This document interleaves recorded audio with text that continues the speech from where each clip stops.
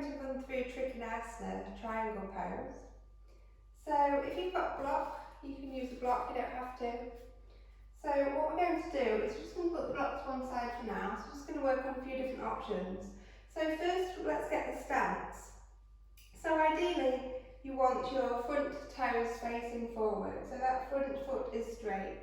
So here I've got my right leg forward.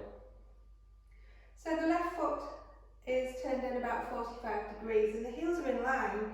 So if you've got one of these mats with a line down the centre, then ideally put your heels on that line so you know that they're in good alignment here. So you want quite a short stance, you don't want to be right out here. So a slightly shorter stance for triangle pose than you would for, say, a warrior. We inhale here to lift the arms to shoulder height and try not to hunch into the shoulders, so relaxing the arms down. Reach forward first with that right arm, so get that reach. So just practice getting that movement here from the waist, from the hips, so coming forward.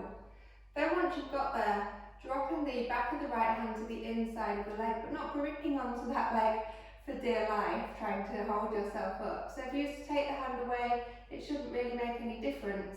So it's just dropping the back of the hand to rest there. The left hand comes up to the sky. So you want this left arm in line with the shoulder. So you can always take, if it's uncomfortable for the shoulder, you can choose to take the back of the hand and just rest it on the lower back. And then you still work on this rotation, rotating the shoulder up towards the ceiling. So lots of different options with the arm here, but this hand, you can take the first two fingers around the big toe, but there's no need to go that deep. If you start collapsing forward, this is the main problem a lot of people have with triangle pose. The chest starts collapsing to the floor because they're obsessing with getting too far down. You're not trying to get really far down towards the toe. Don't compromise the pose.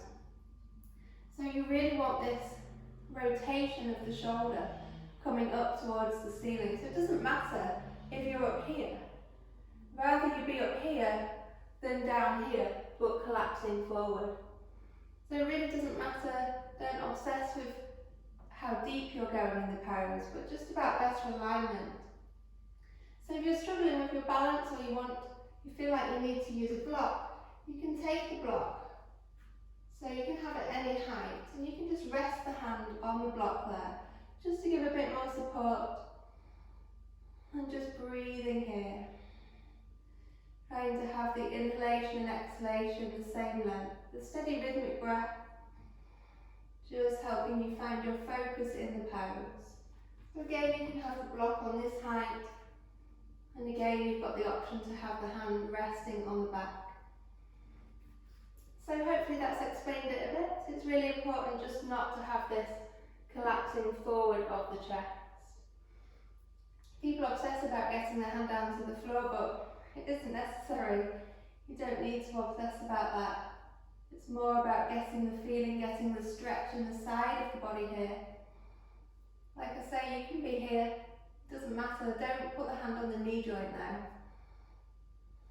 And then you would just come up and switch the feet and go to the other side. Okay, I hope that's helped.